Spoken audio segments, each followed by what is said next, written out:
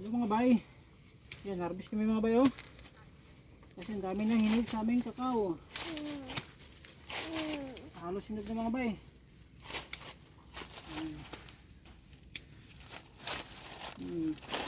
Uy, natanggal, hilaw pa to.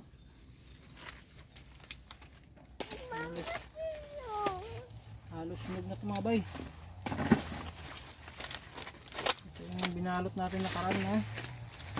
Sobrang daming bunga. Yan, 2 piraso na lang natira, 3.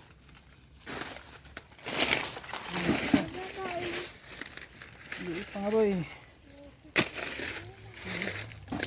Ito yung liit. Ito mga boy, diretso biyak na namin no. Para hindi na maghakot-hakot. Liit mga boy oh. Liit ko papa. Malaki na ang buto. Papa. Liit ka? Ito, parang hindi maasim.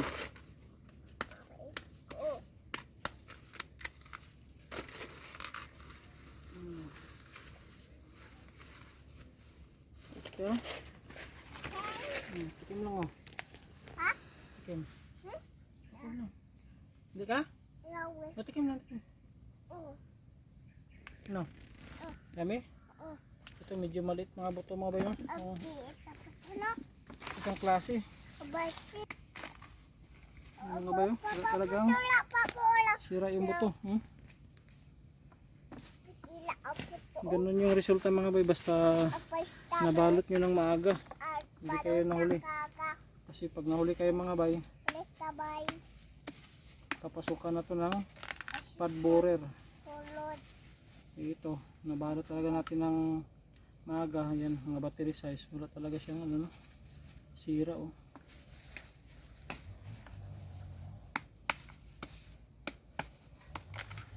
Maganda talaga mga bay. Yan, ganito lang tayo magbiyak no. Para mabilis. Ito, tanggalan muna namin ng subok mga bay. Bago punta dun sa kabila. Para hindi mapatungan. Kailangan talaga tanggalan ng ganito no. Yung kinakapitan ng mga buto mga bay.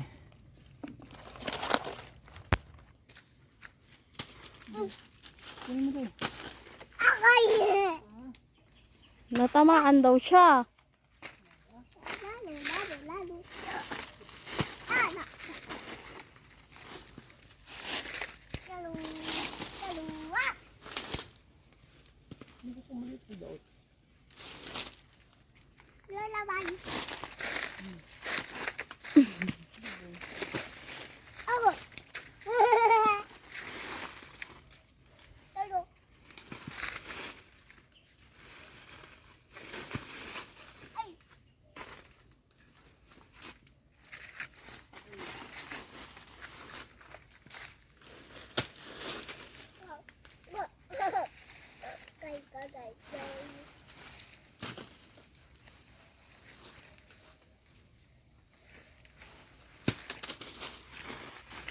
Mama, linis ko dito.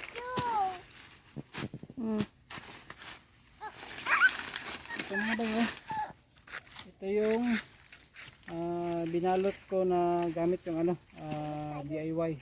Tingnan natin mga bay kung walang sira ito no. Tingnan natin mga bay kung walang sira ito no. Yun no. Ang ganda ng kanyang buto mga bay. Video. Walang sira no. Gamit yung DIY na pangbalot.